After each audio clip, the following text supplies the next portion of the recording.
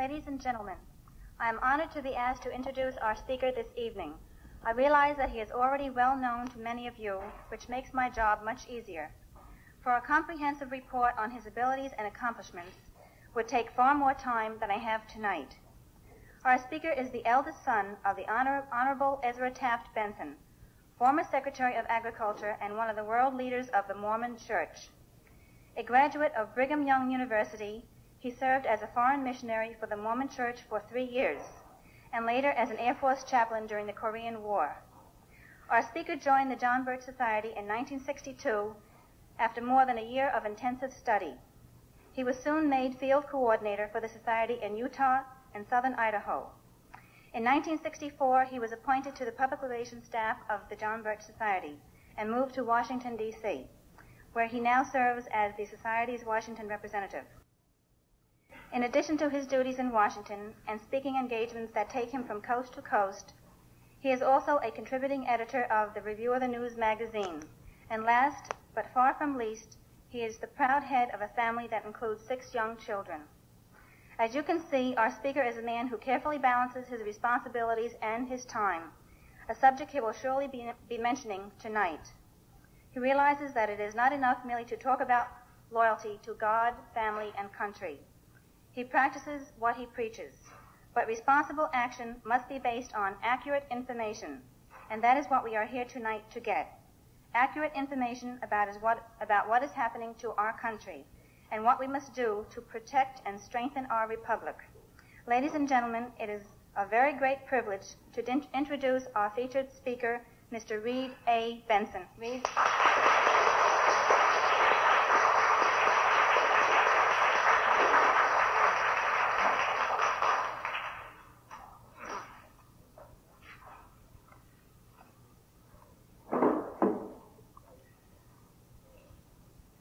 I'll bring the mountain closer to Mohammed if Mohammed won't come up closer here tonight.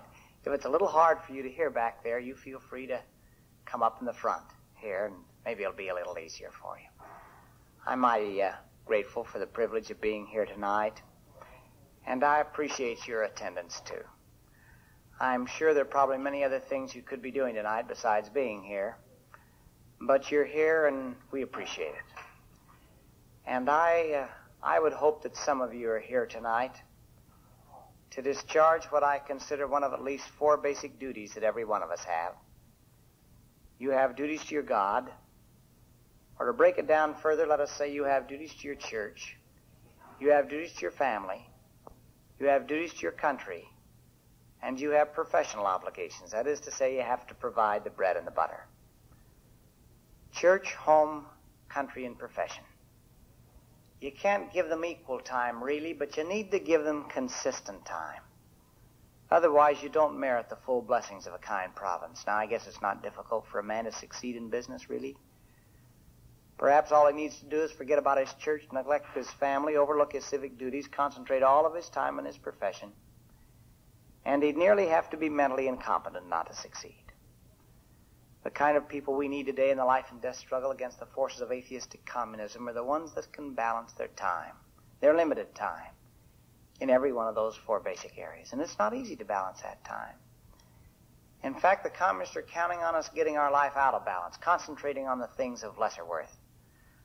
As one good woman put it a little while ago, don't worry about your cake in the oven if your house is going down in flames.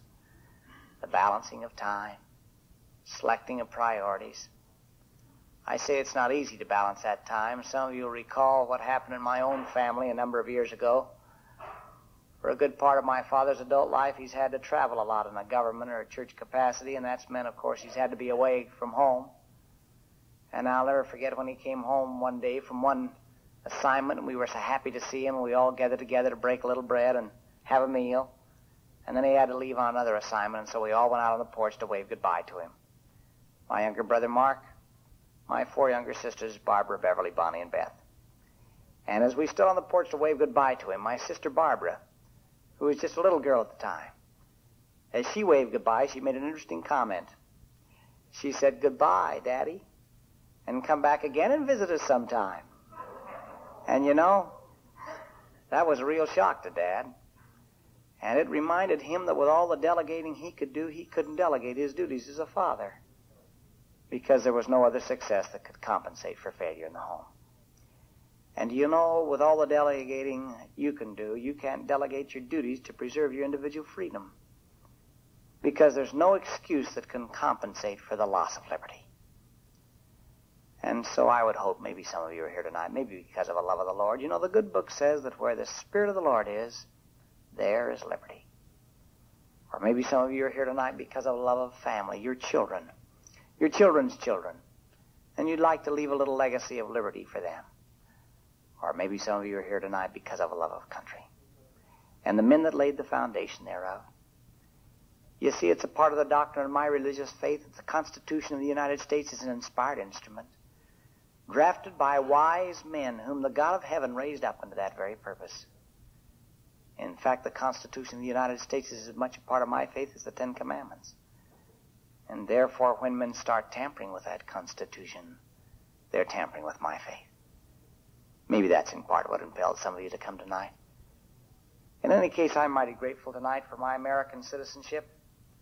I remember a number of years ago when I was overseas as a missionary, one day in one of the newspapers there appeared an ad, and the man submitting the ad said that he would give one of his eyes to medical science if someone could guarantee to him American citizenship. You know, I had 2 eyes to read that ad with. My citizenship hadn't really cost me much. I guess I was a lot like the children of Israel. Maybe a lot of us are. I had drunk from wells I hadn't dug. I'd plucked from trees I hadn't planted. I was the beneficiary of a marvelous legacy. I think of those Pilgrim Fathers. That was a rough winter, that first winter. They had a ship that would have taken them back, but they preferred the coldness of freedom rather than return to the warm fires of tyranny, and they stuck it out, and I'm glad they did.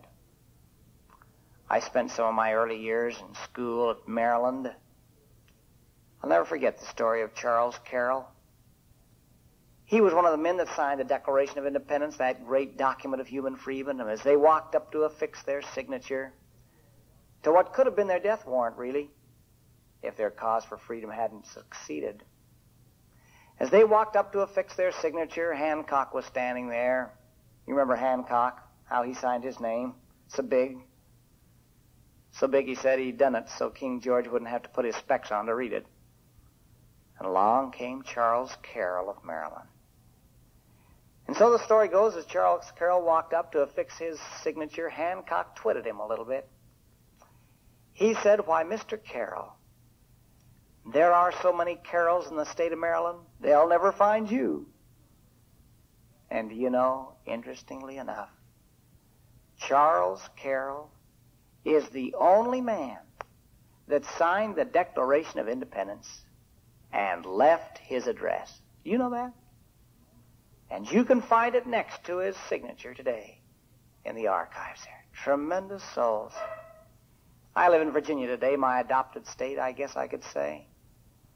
I think of Tom Nelson. He signed that Declaration of Independence. Tom Nelson. The British captured his home.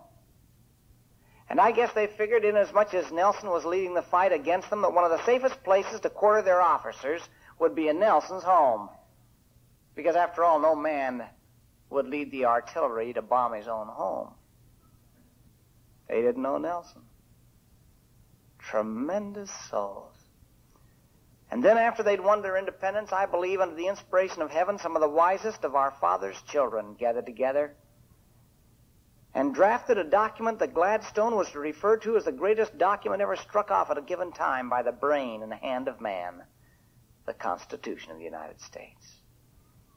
And that constitutional republic they set up became our form of government, and the fruits of that system are these: that though we're only a small part of the population of this world, on a small part of its land area, still we have given more of the good things of life to more people under this form of government than any other form of government on the face of the earth today. And yet it seems there must needs be opposition in all things: light, darkness, virtue, vice. And so over on the other side of the world, satanic forces were moving among men to design a counterfeit to our way of life. Men like Marx. Marx was a socialist and atheist. A typical socialist, anxious supposedly to solve the problems of the world while he let his own fireside go to pot. A typical socialist. Marx designed a beautiful scheme to solve the problems of the world. And some of the most dastardly deeds in human history would be performed by this conspiracy while they were waving the banners of peace and brotherhood and agrarian reform and even in our day, civil rights. Marx said his life was dedicated to two things.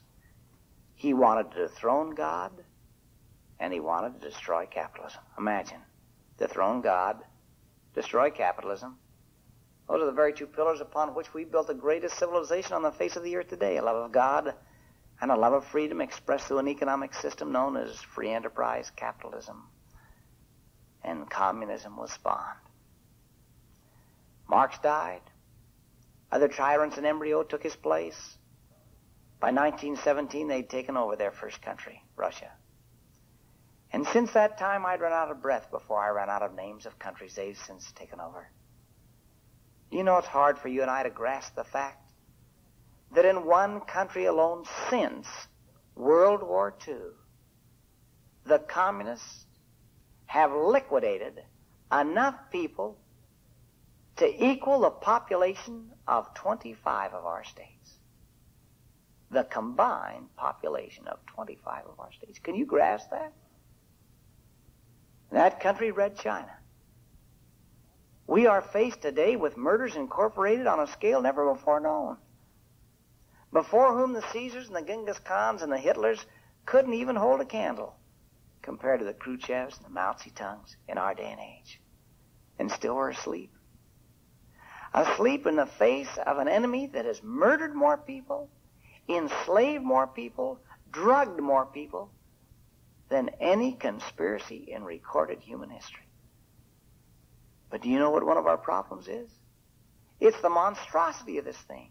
It's hard to comprehend it. J. Edgar Hoover said it well in the Elks magazine back in August of 1956. He said, quote, "The individual is handicapped by coming face to face with a conspiracy so monstrous he cannot believe it exists. The American mind simply has not come to a realization of the evil which has been introduced into our midst." How true. And now I'm about to reveal to you what I think will be recorded as one of the all-time tragedies of history. And that is this: that communism would probably be relatively insignificant in the world today were it not for the consistent and persistent help which it has received and is increasingly receiving through the governments of the United States. A tragedy. Communism, when left alive and left alone, is like a parasite. That is to say, it has to exist on a living thing. When communism is left alone, it eventually collapses of its own dead parasitic weight. It has to cling onto a living thing to stay alive. Weaved, kept it alive. On communism today could be put the stamp "made in the USA." Let's go back to the 20s. 1921 to 1925, tens of millions of dollars in machinery and equipment were pumped into the Soviet economy by American industry. In 1930, the Ford Motor Company began establishing the Russian motor car industry. In 1930 and 31, General Electric supplied the first power system in the Urals. The firm of Albert Kahn Incorporated of Detroit designed and constructed some 570 plants for the Soviets. Another American firm, the Hewell Cooper Company, contracted with the Soviets to supervise construction of the hydroelectric plants throughout Russia, and one result was the huge Dnieper Dam, which at the time was the largest hydroelectric station in the world. A Cleveland firm made Magnitogorsk in Russia, the biggest iron and steel works in the world, and so the list goes on. Now, what motivated those American firms and businessmen to build up communism? Was it the love of money? Was it the love of power and prestige?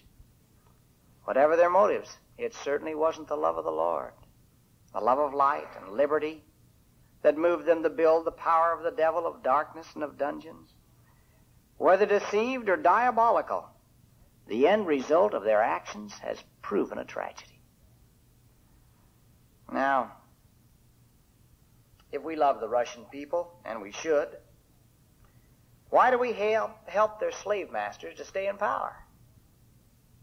We shouldn't hate the communists, only the evil things they stand for and do, but to love our enemy does not require us to encourage him in his wickedness, or to see that he prospers in his evil.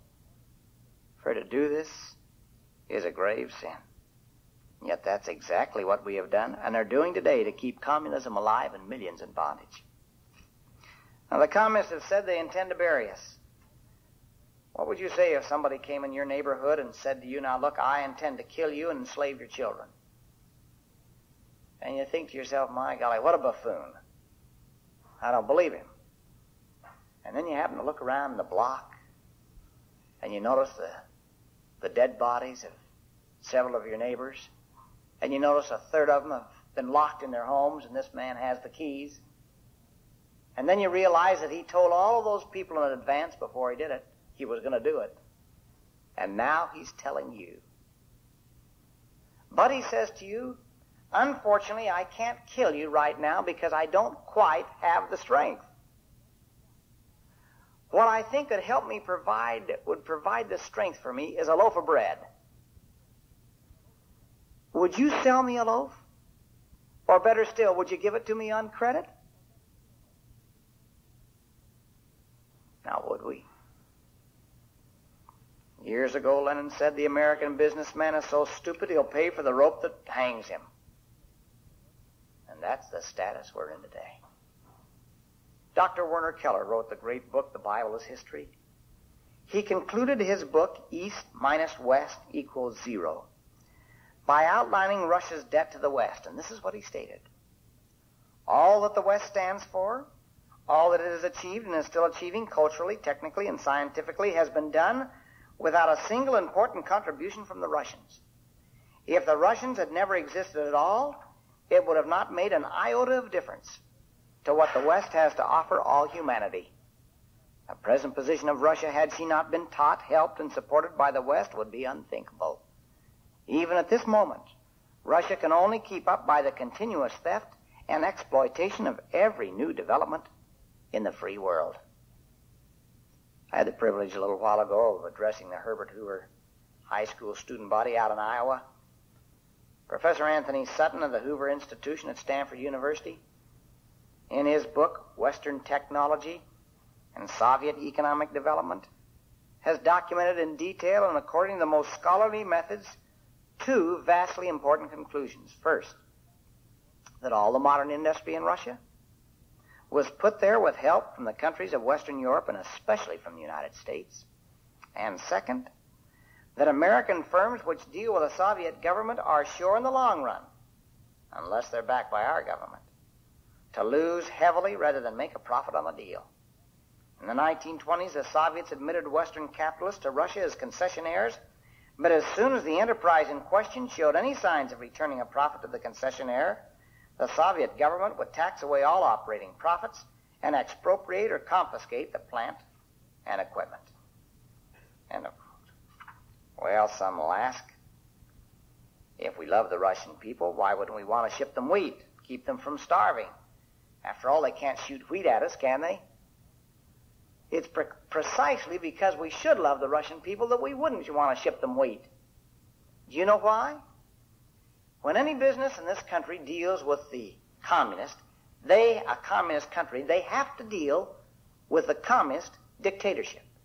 It isn't a dealing between a business here and a private business in a communist country. It's a dealing between a business here and the communist dictators. Now, when our wheat goes to Russia, do you think they equitably distribute it equally among all the Russian people? Are you kidding? Are they concerned about starvation in Russia? No, unless it's communist starving, and the communists only have a maximum of 5% of all the Russian people are communists. Therefore, when the wheat comes into the hands of the communist dictators, what do they do with it? Do you think they'd put it in the mouths of anybody that might be their future enemy, potential enemy? Of course not. So far as starvation is concerned, does that bother them? Of course not. Khrushchev a few years ago was in charge of the forced starvation of millions of peasants, farmers in Russia. Forced starvations never plagued them at all. Then what do they do with the wheat? They use it as a political instrument, maybe to offset some needs of food, but then it can be re-exported to other countries. It can be used for industrial purposes. And then there's this factor. An army still has to travel on its stomach, doesn't it? As they used to say. The more food you send them, the less men that have to be out in the fields planting and harvesting. Therefore, the more hands that are free to work where? In the armament factories. You see, in Stettin Harbor in Poland, the same harbor where we bring in our wheat, on the other side of the harbor, they ship out goods to the Viet Cong to kill our men. No, it's because we should love the Russian people that we wouldn't want to ship their slave masters wheat that can be used as an instrument against them. Now, I'm about to tell you what I think is a shocker. At least it is to me. And that is this. When you investigate closely what the communist goals and objectives are currently for this country, you will come to find out that the communists are achieving a measure of success in every one of their objectives at this time. Now, how do you determine what the communist goals and objectives are? Well, it's not difficult. One of the best ways to do it is to go to the communist publications themselves. The means they use of communicating with each other. Now, while the communists are probably the arch liars of all time, they do have to tell the truth once in a while. When they're talking to each other, they get totally confused. And so one of the best ways to determine exactly what they're up to is to go to the publications themselves, their own publications that they use to communicate with each other. If you do that, you'll come to discover, once you find out what their objectives are, that they are achieving a measure of success in every one of the objectives they're pressing for in this country to bring our downfall. Now let's go back to January 29th, 1964, when J. Edgar Hoover was appearing before the House Subcommittee on Appropriations. He was telling that subcommittee what the communists were pressing for in this country, domestically and internationally. And this is what he had to say about the Communist Party in the United States and what they wanted internationally.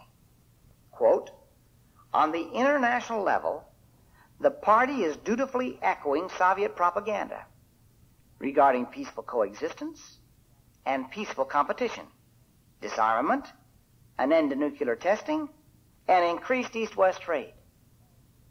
Now let me ask you a question. Are they achieving any success in any one of those areas? Why, it's obvious, in every one of them. Let's pause on the last one. Increased East-West trade. During the last presidential campaign, candidate Nixon on February 22nd, 1968 in Superior, Wisconsin, told more than 500 people at a meeting in a Lutheran church that the United States should adopt a new policy of no trade and no credit for any country dealing with North Vietnam.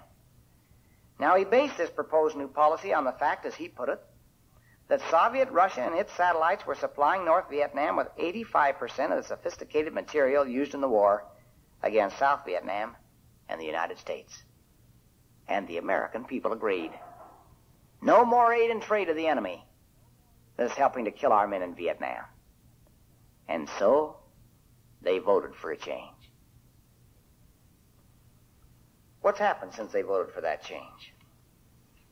Well, in this particular area, so far as aid and trade to the enemy is concerned, it is on the increase since Mr. Nixon became president. In spite of the fact that he ran on a Republican platform in 1968 that asserted that nations hostile to this country will receive no assistance from the U.S., we will not provide aid of any kind to countries which aid and abet the war efforts of North Vietnam. In spite of the fact that the 50th Annual Convention of the American Legion In New Orleans on September 12, 1968, candidate Nixon asserted that there should be no trading with any nation, including the Soviet Union, that aids the enemy in North Vietnam. In spite of those pledges, today the aid and trade of the enemy is on the decided increase. Do you know what you could do to verify that? Is simply write our Commerce Department and ask them if they would send to you their latest quarterly report of licenses which they grant for the shipment of goods from this country to the communist countries that are aiding the Viet Cong. Let me give you a few figures from the first quarterly report of 1970, and it gets progressively worse since then. To the Soviet Union, over $10 million worth of steel sheets, over $7 million worth of aluminum oxide. To Poland, chemical intermediates, over $2 million worth of steel sheets. To East Germany, machinery, tungsten ore concentrates. To Czechoslovakia, carbon black for the manufacture of tires. To Romania, steel sheets and chemical intermediate. To Hungary, glassworking machinery. To Yugoslavia, over $11 million worth of refined copper, over $26 million worth of aircraft. Then on April the 14th, 1971, Nixon administration announced that we would export to Red China now rubber, steel, lead, computers, machinery, glassworking industries, generators, motors, transformers. I said it's gotten increasingly worse since the first quarter of 1970. For instance, on one day alone, August the 9th, this past August, 1971, the Commerce Department announced the granting of 2 licenses for exporting of $162 million worth in foundry equipment to build the Soviets' truck manufacturing complex. Now, when a country wants to produce tanks, planes in time of war, etc., where do they go? Car manufacturing, truck manufacturing. You know, the Founding Fathers, in order to protect our constitutional republic a number of years ago, spelled out the doctrine of treason in our Constitution. Treason, they stated, was to give aid and comfort to the enemy. Well, then the question is, who's the enemy? Well, it should be obvious by now. After all, the communists have liquidated over 70 million people in their rise to power. They've published our obituary in advance. They've been murdering and subverting our boys for years. Then if the communists are our enemy, what then do you call it? When the government of the United States sends billions of dollars of foreign aid to communist dictators. Oh, some people will say, Mr. Benson, you don't understand. This has been going on for some time now. That I know. I know. And it nearly proves the couplet that Sir John Harington wrote centuries ago when he said, treason doth never prosper. What's the reason? For if it prosper, none dare call it treason. Well, don't you see it's been prospering? And who dares call it treason? Well, some people say, but Mr. Benson, you don't understand. You see, about $2 billion worth of this foreign aid went to Tito, and you see, Tito's a different type of communist, isn't he? I mean, doesn't he get upset with Moscow once in a while? Maybe. I'm not entirely convinced that that's true. I think he usually gets upset with Moscow just before the foreign aid bill's voted on in the Congress, but maybe. But that should give us small comfort, because Tito's a communist. And every communist is dedicated to our burial, even if they argue between themselves over the funeral arrangements. Now, Tito's a communist. He's indicated an all-out war between us and the United States, between the Soviet Union and the United States. He's on the side of the Soviet Union. So we've sent him billions in foreign aid, trained his pilots. I mean, what would you do with the chief of police in your area if he took your tax dollars and gave it to Babyface Nelson because he'd heard that Babyface Nelson and Dillinger had a spat the night before and he was betting on Nelson? Well, that's ridiculous, isn't it? Both of them are enemies of the public peace and public order. And so treason has been prospering. And who dares call it treason? One of the tragedies of the last few years in our foreign policy is that we've been friends to our enemies and enemies to our friends. Let me give you one typical case. A little while ago, President Nixon assured the Romanian government, communist government of Romania, that though we might disagree with their internal policies, we certainly wanted to maintain the very best of relations with them.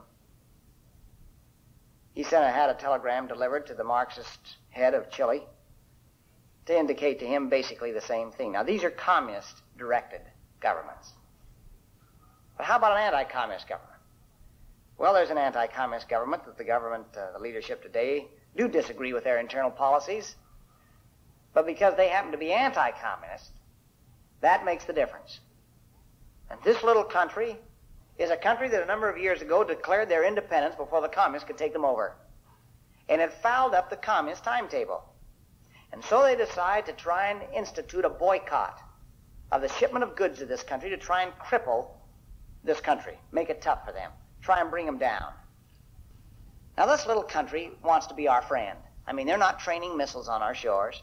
They're not planning to overthrow our form of government. They've even offered to send men to help us fight the war in Vietnam. The little country, as some of you know, is anti-communist Rhodesia. Now, because of the communist influence in our government, we went along with this boycott to help bring down anti-communist Rhodesia. The boycott was announced by President Johnson, has been continued under President Nixon. In fact, things have gotten worse under President Nixon, and now we've cut off our consulate offices with them in their capital of Salisbury. But when President Johnson announced the boycott, this is what he said in part, quote, "The general policy is to deny applications for such items as petroleum and petroleum products, rubber and its manufacturers, chemicals, explosives, iron and steel products, non-ferrous metals, machinery and transport equipment, electrical power and other electrical machinery and parts, automotive vehicles and parts, aircraft and parts, and other items that would make a significant contribution to the economy." Now, we will not send these items to anti-communist Rhodesia because we know they will make a significant contribution to their economy. Now, here comes the clincher. Every one of those items is approved for shipment from this country to the communist countries that are helping to kill our men in Vietnam. Now, let me ask you this question. Do you think they make a significant contribution to the communist economy? And that's a crucial question, isn't it? And while I'm talking about Rhodesia, let me tell you an interesting strategy the communists devised a while ago. It's called the weak link principle. And this is what they said among themselves. They said, let's try and get our enemies dependent upon us for some material that we would supply them and could supply them, that would be strategic for their war-making ability, so that they'll get dependent upon us, and then in case the all-out war ever comes, we'll cut off the shipment of that goods to them and help to cripple their war-making capacity. Did you follow that? They called it the weak link principle.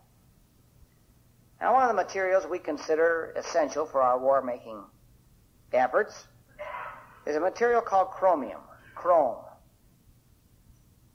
We consider this strategic for our war-making capacity. There are two major producers of chrome in this world: anti-communist Rhodesia and communist Russia. I want you to guess where you think we've been purchasing our chrome from, and at a much higher price than if we bought it from anti-communist Rhodesia. To show you how far we've been engaged in treasonous activities, let me quote to you an accurate statement, a proclamation issued by the President of the United States, Woodrow Wilson, way back on April 16, 1917. This is what he said. "The courts of the United States have stated the following acts to be treasonable," and then he lists them. Among others, the acquisition, use, or disposal of any property with knowledge that it is to be, or with intent that it shall be, of assistance to the enemy in their hostilities against the United States. And so you see how far we've been engaged in treasonous activities. Thank goodness there have been some patriots over the years that have tried to wake up the American businessman to what he's done to keep communism alive and growing. Remember back in 1968, there were a few patriots that went to the IBM stockholders meeting that year to try and persuade IBM to quit trading with the communists. Thomas Watson Jr., chairman of the board of IBM, said that IBM would still go along with the State Department's attempts to build bridges to the east. And Watson expressed the view that peace has a chance to be purchased through world trade. Now, here's one of those little interesting footnotes in history. That's Tom Watson Jr. speaking. Tom Watson Jr., naturally, is the son of Tom Watson Sr.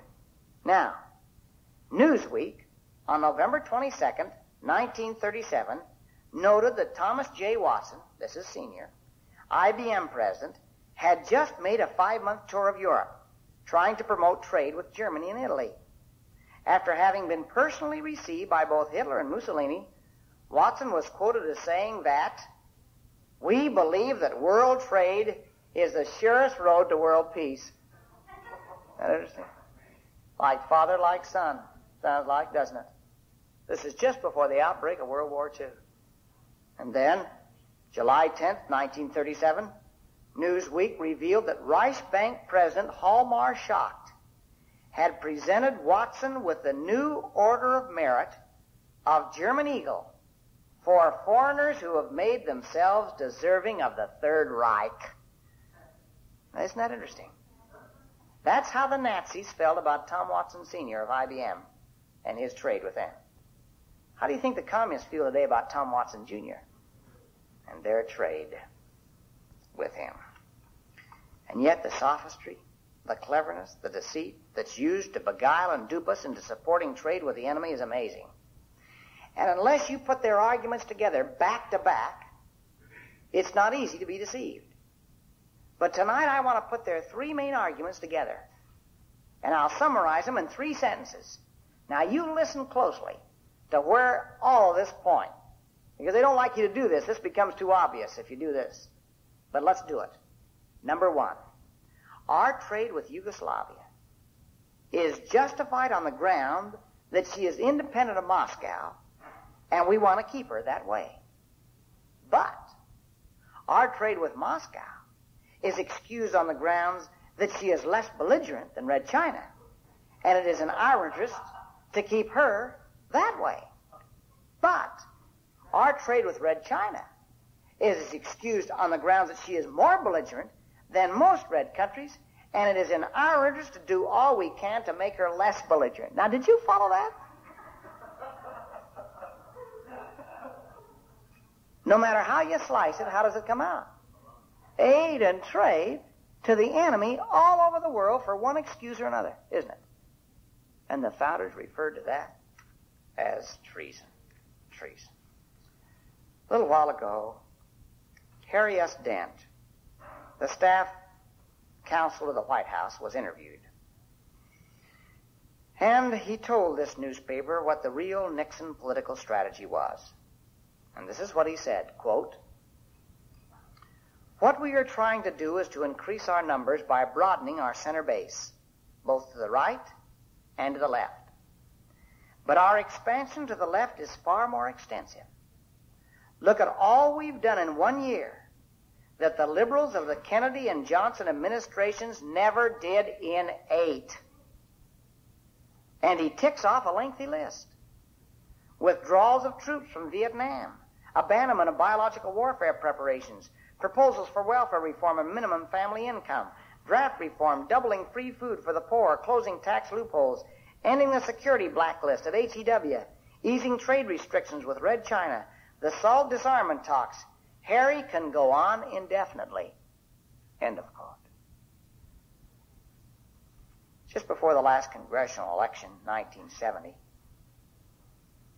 the liberal senator, Republican Senator Hugh Scott of Pennsylvania, was being asked by a reporter whether the policies of the Nixon administration were too conservative for his liberal taste.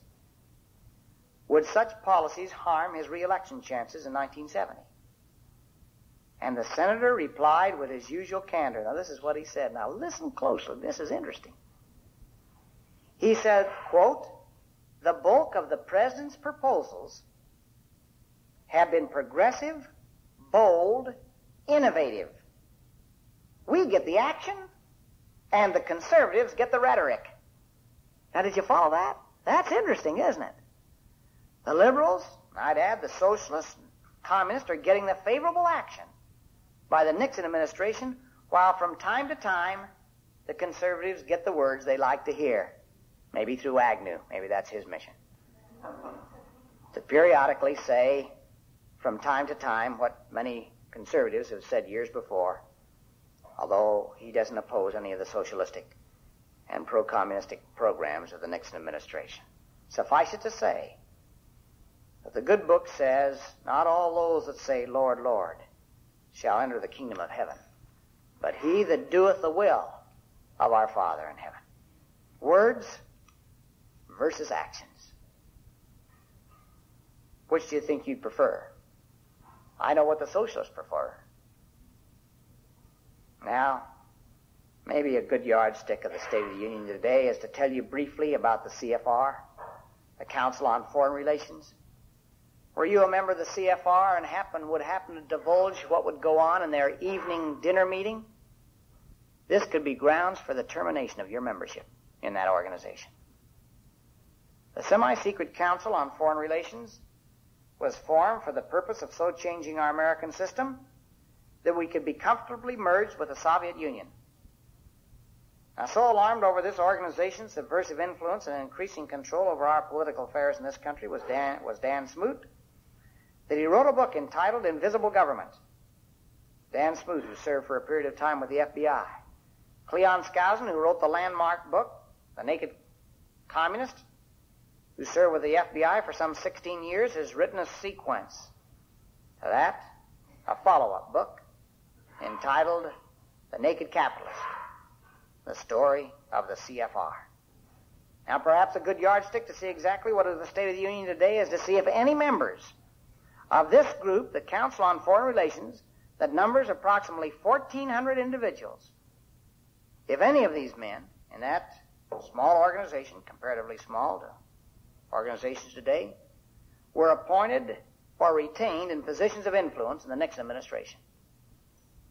Let me give you a partial list of the positions that have been held in the present administration, Nixon administration, by members of the CFR. The foreign policy consultant of the State Department, the ambassador of the Soviet Union, the director of the Defense Intelligence Agency, the ambassador to South Vietnam, the chairman of the Federal Reserve Board, the ambassador to NATO, the executive director of the International Monetary Fund, the chairman of the Board of Governors, United Service Organization, the Supreme Allied Commander in Europe, the chairman of the U.S. Commission on Civil Rights, the assistant of the president for national security affairs. Some of you know Henry A. Kissinger, who's made his second trip now to Red China recently. The director of the Office of Emergency Preparedness, the chief negotiator at the Paris peace talks, the chairman of the General Advisory Committee of the U.S. Arms Control and Disarmament Agency, the chairman of the Council of Economic Advisors, the assistant secretary of the Treasury, secretary of the Army, undersecretary of State, secretary of HEW, the assistant secretary of State for the Middle East and South Asia, the chairman of the Atomic Energy Commission, the ambassador of the United Nations, ambassador of Venezuela, and the list goes on and on. Over 100 top appointments to government in the present administration from the organization, the Council on Foreign Relations.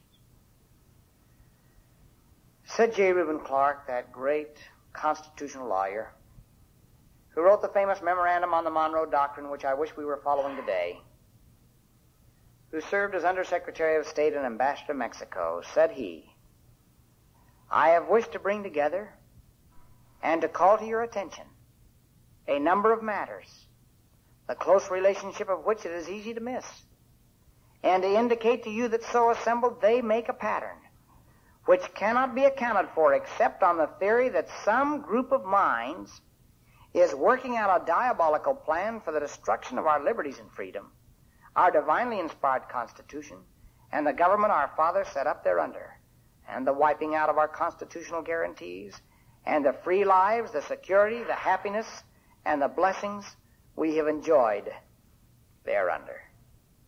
End of quote. And now the crucial question is, what can we do about it? That's the crucial question now, isn't it? Or as Hamlet would have said years ago, aye, there's the rub.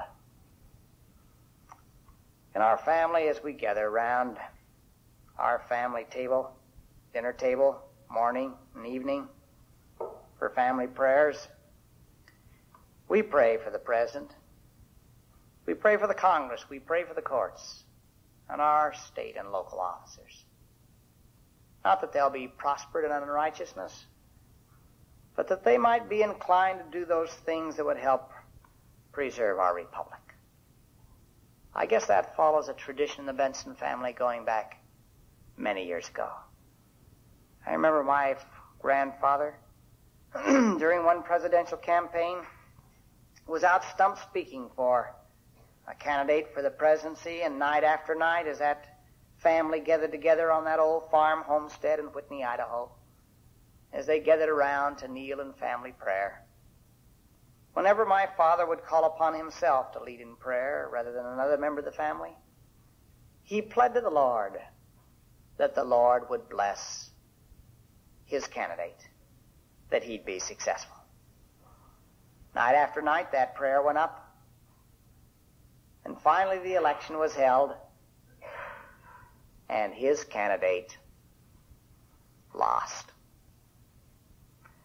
The next night, as the family gathered for family prayers, all the children were anxious to know if their father was going to call on himself to pray, and if he did, what he'd say. And sure enough, he called upon himself. And in his prayer, he pled to the Lord that the Lord would bless the new president-elect. When the prayer was over, my father, being the oldest of 11 children, was delegated by the other children to ask their father how he could be so inconsistent, how he could plead so vigorously for one candidate night after night, and then finally plead so vigorously for his opponent, who'd won. And my grandfather gave an interesting answer. Yes, he said, I pled to the Lord that the other man would win. He was by far the best qualified candidate, and I could just add a footnote here and say history has certainly vindicated that. But he said, the man least qualified for the presidency won. Now, he said, can you think of anybody that needs the blessings of the Lord more than he does? And you know, I guess that's sound doctrine. Yes, we pray for the courts, the Congress, the president. Now, in addition to prayer, it's going to take more. The prophet Hosea said, my people are destroyed from lack of knowledge. A people that are anxious to preserve their freedom will want to do their homework. Now, by that, I mean they want to study reliable, accurate sources of information. Why is that important? Let me give you a typical case. In the late 1950s, the communists wanted to establish a beachhead 90 miles from our shore. Now, they had their man, and they brought him along carefully. They'd proved in the Bogota Revolution, etc. His name was Castro. They'd had him.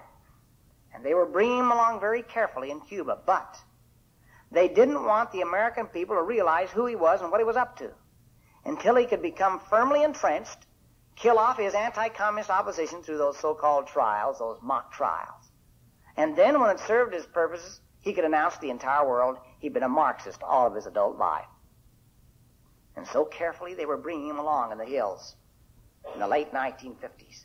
Now the word went out through the communists, down through their transmission belt, Castro is not a communist.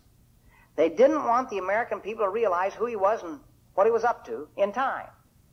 They figured if the American people had discovered who he was, they'd exert their righteous influence to make sure their representatives back in Washington would invoke the Monroe Doctrine and keep him from coming to power. And so the word went out. Castro is not a communist. Who helped carry the Communist Party line on Castro to the American people? Well, that's interesting. In the late 1950s, what were you getting into your home to give you information on the State of the Union and world affairs, etc.? Let's suppose you were getting Look. March 3rd, 1959, you could have read these words in Look magazine. We can thank our lucky stars Castro was no communist. Or supposing you get the Washington Post like we do. Strictly for filing purposes, I add. The Washington Post, July 23rd, 1959, in a column by Walter Lippmann, had this to say. Just as it was a great mistake to treat Egypt under Colonel Nasser as a Soviet satellite, so it would be an even greater mistake even to intimate that Castro's Cuba has any real prospect of becoming a Soviet satellite.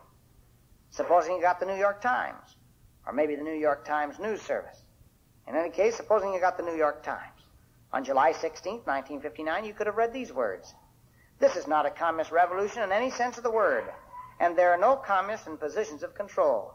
The only power worth considering in Cuba is in the hands of Premier Castro, who is not only not communist, but decidedly anti-communist. Well, that's par for the course for the times. What would you think had happened to a man that wrote that article? Well, in this case, he was promoted.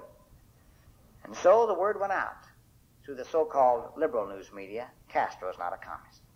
Were you getting any of those publications in your home at that time? That's probably helped shape your opinion. It did to the American public. And so they were kept asleep on Castro's real purpose, true nature. But let's suppose instead you got into your home a little publication in September 1958 entitled American Opinion, edited by Robert Welch. This is what he had to say after presenting the evidence. Now, the evidence from Castro's whole past that he is a communist agent carrying out communist orders and plans is overwhelming. And then he provided the evidence. And then at the founding meeting of the John Birch Society on December 8, 1958, not 1959 now, this is 1958, Robert Welch said to those men assembled then, gentlemen, if you have any slightest doubt that Castro is a communist, don't. If he is successful, time will clearly reveal that he is an agent of the Kremlin. End of quote. Was he right? If there's one thing that certain liberal elements in this country can't forgive Robert Welch for, it's that he's been too right, too soon, too often. As he was on Ben Bella, has been on Juan Bosch, Betancourt, Castro, and numerous others. And so, may I commend for your consideration American Opinion magazine. It's now an affiliate publication of the John Birch Society. And the John Birch Society has put out another excellent magazine now, a weekly news magazine called The Review of the News. And guess what? The Birch Society doesn't hesitate to sell you old copies of American Opinion. We're not even worried about you reading old copies of American Opinion. Because when you pick up an old copy of American Opinion and compare it with what's happening today, you'll see how accurate American Opinion has been calling the shots. And I could say that also about Review of the News magazine. Okay. Now, prayer, homework, then what? Probably the thing we need the most today in this country, if we're going to reverse this thing, is really a national repentance. We need a spiritual revival in this country. You know why? Well, communism is directed by Satan through men who are willing to follow his directions. Now, only men and nations who are willing to follow the direction of the Lord will be able to avoid the pitfalls and escape the cunning clutches of the communist conspiracy. Now, that's all there is to it. And that's laying it and getting out straight and getting right down to the basics. Have you a lust for power?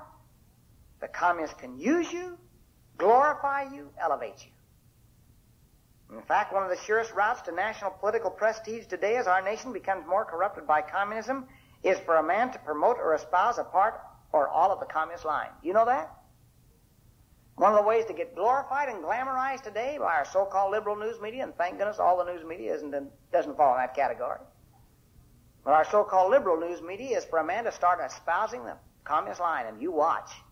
He'll get glamorized, glorified, etc. Have you lust for power? You can be used.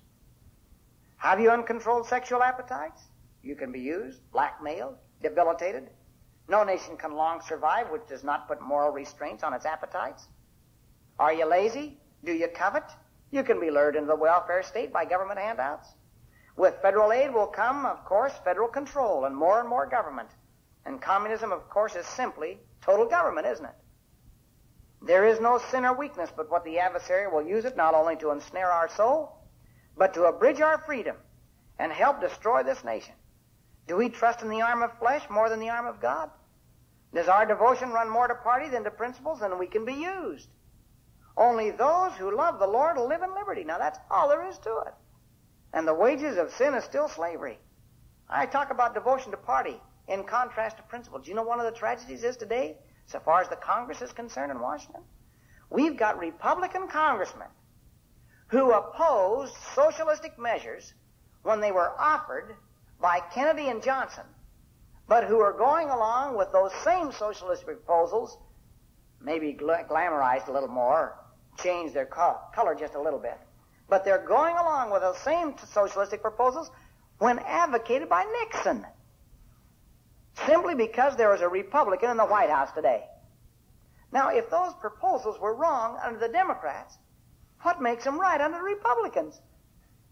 And I'll tell you, if this country's ever going to be saved at all, it's in part going to be because there'll be enough educated people who've got a little character and spine in their backbone who'll demand that representatives go back there whose devotion runs more to principle than a party. What some men are doing today in the name of party is tragic, and it'll help to prove the downfall of this country.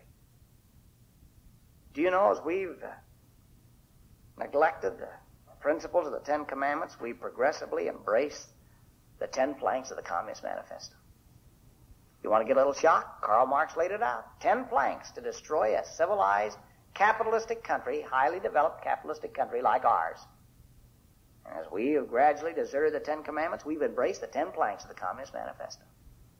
We had Cecil B. DeMille address my old student body, Brigham Young University, a number of years ago. In his talk, you remember Cecil B. DeMille that put out the great old movies, Samson and Delilah and the 10 Commandments, etc. And in his talk to us, he made an interesting observation. He said, men and nations cannot break the 10 Commandments. They can only break themselves upon them. And I thought that's interesting. And that's true. And William Penn said years ago that men will either be governed by God or ruled by tyrants. How true. Only a people that love their independence will remain independent. Now, that's all there is to it. And I'll tell you, we can't expect to defeat the tyranny of dictatorship by being like the young man who lived with his parents in a public housing development, rode the free school bus, and participated in the free lunch program. And he obtained his degree at the state university, working part-time in the state capitol to supplement his GI education check. And upon graduation, he married a public health nurse and obtained an RFC loan to go into business. And he then bought a ranch with an FHA loan and obtained emergency feed from the government. And he later put part of his land into the soil bank, and the payment soon took care of the loan on his ranch. And the government helped to clear his land, and the county agent showed him how to terrace it. And then the government built him a fish pond and stocked it with many fish. And the government guaranteed him a sale for his farm products at highest prices. And his children grew up, entered public schools, ate free lunches, rode free school buses, and swam in public pools. And he signed a petition seeking federal assistance in developing a doubtful industrial project to help the economy of his area, and he was a leader in obtaining the new post office and federal building, and went to Washington with a group to ask the government to build a great dam costing millions so that his community could get the benefit of a temporary payroll, and he petitioned the government to give the local air base to the county. And then one day, after calculating his taxes, he wrote his congressman as follows, quote, "I wish to protest the excessive governmental expenditures and attendant high taxes. I believe in rugged individualism. I think people should stand on their own 2 feet without expecting handouts. I am opposed to all socialistic trends, and I demand a return to the principles of our Constitution and the policy of states' rights." End of quote. Now, you know, too many of us are like this man. Edmund Burke once observed, "Men are qualified for civil liberty in exact proportion to their dispositions to put moral chains upon their own appetites, in proportion as their love of justice is above their rapacity, in proportion as their soundness and sobriety of understanding is above their vanity and presumption, in proportion as they are more disposed to listen to the counsels of the wise and good, in preference to the flattery of knaves. Society cannot exist unless a controlling power upon the will and appetite is placed somewhere, and the less of it there is within, the more there must be without. It is ordained in the eternal constitution of things that men of intemperate minds cannot be free. Their passions forge their fetters." How true. Okay. Now, lastly, action. Action.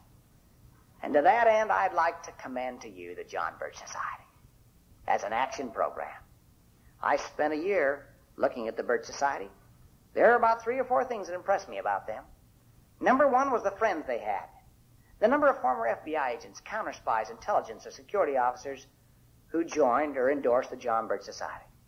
Number 2, I was impressed with the enemies the Birch Society had. Do you know the Birch Society has the right enemies? And let me tell you, they work hard to get them, too. J. Edgar Hoover says the best yardstick to judge your effectiveness in the fight against the communists is the degree to which the communists smear you or attack you. Well, I'd say on that basis there's no organization to compare with the John Birch Society. We've been the subject of the most vicious and extensive attack in the communist press of any other organization of similar nature, and believe you me, we're proud of it, too. And then I was impressed with Robert Welch and the leadership of the John Birch Society.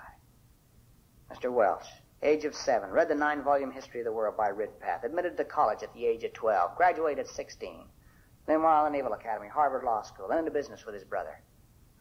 And I was impressed with the program that he designed. Education and action, great combination.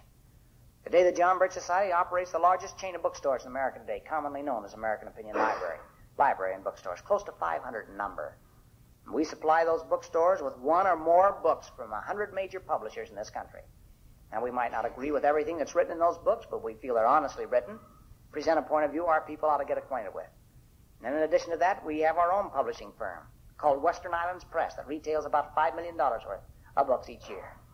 And that firm has put out some of the best of Americanist literature which has been allowed to go out of print.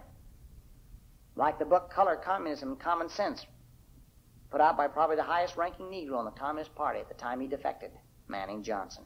Tells how the communists used the civil rights, and are using the so-called civil rights movement to promote their objectives to use the Negroes as cannon fodder to push the communist revolution, etc. And in addition to that, we operate today the largest speakers bureau in the free world, based on engagements filled. Some of you heard some of those speakers in your area. Men like Lee Hayes, the chief radio man of the Pueblo. I think you heard in your area just recently we've got several fine Negro speakers out, some of whom have been within the party, like Lola Bell Holmes, Jerry Kirk, Julia Brown. I think you had one of the speakers through here just a little while ago from the Watts area, didn't you? They're doing a tremendous job of taking the message out. Some of them belong to society, some don't. But each one of them has some facet, some area where they are competent in, and a message to tell the American people, and we provide them that platform. Then in addition, we send out to our people a monthly bulletin. We are incorporated as an educational corporation. We feel first our people have to have the facts, because action without education can lead to fanaticism. On the other hand, education without action can lead to frustration or failure. And so we say to our people, first do your homework. And then once you've done your homework, we'll provide legal and moral programs of action that you can engage in if you want to. You're never required to do anything that goes contrary to your conscience or your judgment. If you don't like a particular project of the Birch Society, skip it. You're not required to do anything that goes contrary to your conscience or your judgment. If you don't like this month's bulletin, hope you'll get a better one next month. You're never required to do anything contrary to your conscience or your judgment. Well, that bulletin goes out. It's about 25 to 30 pages in length. Lists about 10 or 12 projects our people can engage in that month if they want. Have these projects had an impact? You bet they have. I've delivered to the Congress over 1,700,000 signatures on one of our petition campaigns, one of the largest petition campaigns in modern history. We've had over 200 letter-writing campaigns. The FFL-CIO, Coke, a little while ago indicated that had it not been for the John Birch Society, Abe Fortas would probably be sitting as the Chief Justice of the Supreme Court today. Now, if you know much about Abe Fortas' background, you can count your blessings on that one, that he's not there on the Supreme Court today. We've set up ad hoc committees to accomplish specific tasks. Have these ad hoc committees had an impact? You bet they have. About 90% of the members of those ad hoc committees don't belong to the Birch Society. Well, we provide the literature, we provide the leadership, and they're happy to support us in these endeavors. One of the first ad hoc committees we set up was Support Your Local Police Committee. We said, look, they need our support. If we don't like the law, let's change it. Let's not take it out on the local police. And let's not give them a justification for bringing in the federal deputies. And one of the things that the communists have been pressing for years is the setting up of civilian review boards over the police as the Marines are harassing them, making it tougher for them to do their job. Backward step for law enforcement, J. Edgar Hoover referred to it as civilian review boards. And so, you recall when Lindsay ran for mayor, he said if he was elected, he was going to institute a civilian review board in New York City over the police. He ran, he was elected, he instituted it. And it was a member of the John Birch Society that passed that first petition to get the issue of the civilian review board on the ballot so the people in New York could vote on it. And then sufficient signatures were obtained, it got on the ballot, and who was for it? All the big guns of liberalism were for it. The communists had been, of course, for years. Lindsay was for it. Rockefeller was for it. Javits was for it. Bobby Kennedy was living at the time. Senator Kennedy, he was for it. And yet, when the vote came in, as you'll recall, the Civilian Review Board was soundly defeated. And when the communists tried to figure out how it could have happened, they blamed two organizations, one of which was the John Birch Society.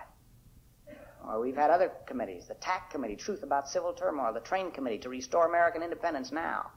Our most recent committee, Motor Read, the Movement to Restore Decency. First major task of that committee, get sex education out of the schools and into the homes where we feel it belongs. Now, we saw a pattern developing over the years. Government got into education, set up government schools, sometimes referred to as public schools. Then, in addition, attendance was made compulsory, wasn't it? And then, by Supreme Court edict, God was taken out of the government public schools. And then came the big press for sex education. Now, isn't that interesting? Force the kids to attend, take God out of the school, then press hard on sex education. You can't properly teach sex without the guidelines, the prohibitions that the Lord himself has laid down on the subject. But take God out of the school. You see. The leader of the national organization pressing for sex education said, the old thou shalt nots do not apply anymore. No one from on high tells you how to live your sex life. Sex isn't something you just do in marriage. And we saw the pattern. We realized what had happened in Sweden. They've had compulsory sex education for years, have the highest VD rate any civilized country in the world. We saw the pattern. And so we instituted a program, and we said, look, if the parents aren't doing their job, then strengthen the arm of the parents. Don't usurp their rights. Besides, what makes these professional educators think they're going to be so good at teaching sex? They've had such a tough time teaching Johnny how to read. How come they're going to be so good in that area? And so we said, look, we see what's happening. We're going to oppose it. And so we did. Now, there were noble people in this fight before we ever got in. Thank goodness there were. But did you notice, as soon as the Birch Society put their oar in the waters, how you began to hear about it all across the country? And basically, as a result of the efforts of the John Birch Society, one school board after another turned down or turned out sex education in the schools. Now, I could keep you here for a good part of the night tonight, telling you about victories of the John Birch Society and about what our individual members have done. What Captain White did. The plaque is there representing Captain White in one of the airports here in New York City. You read maybe about his story in the Reader's Digest a number of years ago, how those two planes that collided in midair, how he brought that plane down, did a tremendous job, and how he got the people out of that plane and then went back, do you remember, to rescue a Negro boy that couldn't get out, and both he and the Negro boy died as a result. Captain White, member of the Birch Society. Reader's Digest didn't happen to mention that, but a member of the John Birch Society. How about Reverend Delmar Dennis, another good bircher, faithful bircher? I read about him in the Reader's Digest last fall. Why? Because in the condensed version of the Reader's Digest, it told about Don Whitehead's book. Murder in Mississippi was how it was captioned. Told the story of the 3 civil rights workers that were murdered and buried in the dam. You remember that story? And it told in that condensed book version of how on the day of the trial, the days of the trial, on the 3rd day, it was the Reverend Delmar Dennis who gave the devastating testimony that helped indict the man that masterminded. How come? Because Reverend Delmar Dennis, that member of the John Birch Society, had been asked by the FBI to go within the Ku Klux Klan. He did. He did his job brilliantly. And he got close to the powers that be, and he supplied that devastating testimony. Reader's Digest failed to mention that he was a member of the Birch Society, but this just goes to show the caliber of people that are in the John Birch Society. Some of the finest people it's been my privilege to meet are members of the John Birch Society. And so we're growing in numbers and in influence. Now, the communists know it. And they've tried to put us down. One of the first ways they planned to take care of us after we were set up and organized was to give us the silent treatment. We know all about that. They figured if they just didn't say much about us, we'd dry up, sort of blow away out of discouragement. I know what the silent treatment's like. I spoke at a university in the Rocky Mountain country a while ago. At the invitation of the student body, the place was packed. The kids were sitting in the aisles. They were sitting in the windowsills. I spoke for an hour on the Birch Society, then answered questions from the floor for an additional hour, then answered additional questions around the podium when that was done. And a story was turned into the evening newspaper of the state. Not a single word appeared. Now, there was a certain liberal professor on that college campus, and there are a few scattered here and there. And he decided that he wanted to hold a meeting to attack me and the Birch Society, and I'd defend him in that right. He held a meeting, only pulled about a third of the crowd we pulled, only talked for about 35 minutes, took off as fast as he could without answering a single question. There was a nice 2-column write-up about what he had to say in that same evening newspaper. Now, we know what this is like. In fact, one of the Birchers said a little while ago, after seeing our notices put so, if they appeared at all in the newspaper, put so far back, usually on the obituary page, that he said he now thought he knew what Khrushchev meant when he says, we'll bury you. We've just seen this happen time and again. And yet, in spite of it, we've continued to grow in numbers and in influence. And the communists decided to reverse their tactics. And in December of 1960, for the first time in the history of the Communist Party, they published a manifesto from Moscow outlining the necessity of defeating the anti-communist movement. The one organization that was to bear the brunt of that attack was the John Birch Society, and it started in the spring of '61 with their West Coast Communist newspaper. It spread to their East Coast Communist newspaper, The Worker, here in New York. The last half of '61, with the exception of about one issue, every issue of The Worker contained from 1 to 7 separate attacks on the Birch Society. Now, those attacks wouldn't have hurt us if they'd stayed in the Communist press. Unfortunately, the Communist Party line went down into its transmission belt. And that's when you heard about us. When Life and Time, Look, and the New York Times began attacking the John Birch Society. That's when you and I heard about the John Birch Society. And when it came, the Birch Society pleaded for an investigation. They asked the United States Senate Internal Security Subcommittee, will you investigate us? They asked the California Senate Fact-Finding Subcommittee on American Activities, will you investigate us? California Senate took us up on it. Their chairman was Hugh Burns, a Democrat, the president pro tem of the California Senate. They published, after a 2-year investigation, a 25,000-word report on the John Birch Society. Every member of that committee, be a Democrat or Republican senator, signed the report, no minority report. And when all the facts came in, they said the old charges that we were secret, subversive, fascist, un-American, anti-Semitic just didn't stand up to the evidence. And we encourage you to even read that report if you'd like. Quite a report. And so now we're growing. Numbers and an influence. Why? Because time is on the side of truth in the long run. And more people are getting to know us today for what we are instead of what our enemies say we are. Some people have a tendency to be down on what they're not up on. Have you ever noticed that? And more people are getting up on the John Birch Society. And so tonight, I commend for your consideration a good hard look at the John Birch Society. If it isn't us, what's it going to be? And if it isn't now, when's it going to be? Because time is running out in this struggle. Now tonight, when you leave here, you'll notice some literature in the back. May I challenge you to pick it up and read it through? To do as the prophet Hosea said about supplying that lack of knowledge. My people, he said, are destroyed from lack of knowledge. I even dare you, and I assume we've got blue books back there, do we? All right, I even dare you to read the first 30 pages of the blue book and come across the 10 points that Robert Welch announced in December of 1958 at that lecture. The blue book is a transcript of that 2-day lecture that he gave in 1958 when the Birch Society was launched. Within the first 30 pages, you'll see 10 points that Robert Welch says. 10 things that are going to happen as the communists start increasing their grip over this country. Do you know what one of the things was? Wage and price controls. Now, I dare you to find out what the others are. Let me just give you a little clue why I mentioned that.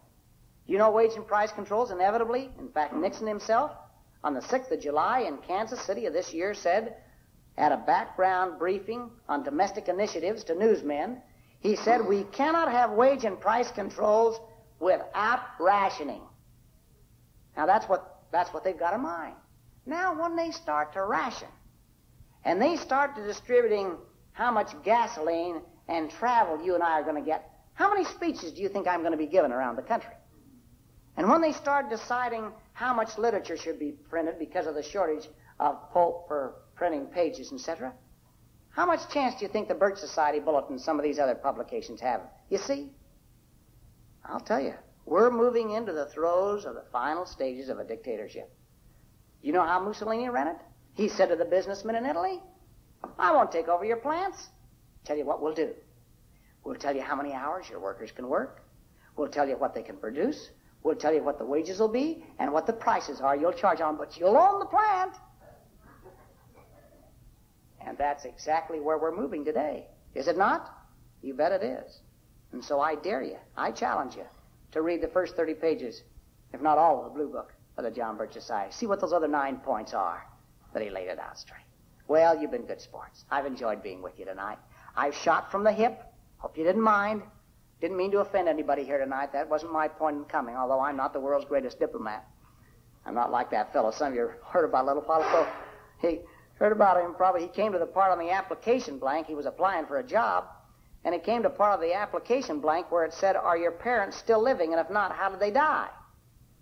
And unfortunately, this chap's father died as a result of a hanging because of a crime he committed, and the boy wasn't very proud of it, but he'd been taught to tell the truth, and yet he was so embarrassed that finally he wrote these words in on the application blank. He said, my father was attending a public function when the platform on which he was standing collapsed. Now, I guess there are a lot of ways to tell the truth, but I don't come from that school of thought, so I've been pretty frank and blunt with you here tonight. I hope you've taken it in the manner it meant to be conveyed. And now I want to close with a little quote. And when I finish with this quote, I want to slip to the back so I can be there during the closing announcements and the benediction in order that I can have the privilege of shaking your hand as you leave, looking into the whites of your eyes, and if you have some questions, I'd be happy to try and answer them. The closing quote that both my father and I'm mighty grateful for great support, fight for freedom that he's given. The quote that Edward Everett Hale gave years ago, which both he and I enjoy so much, and which probably a number of you in this room have heard, simply says, I am only one, but I am one. I can't do everything, but I can do something. And what I can do, that I ought to do. And what I ought to do, by the grace of God, I shall. Thank you very much.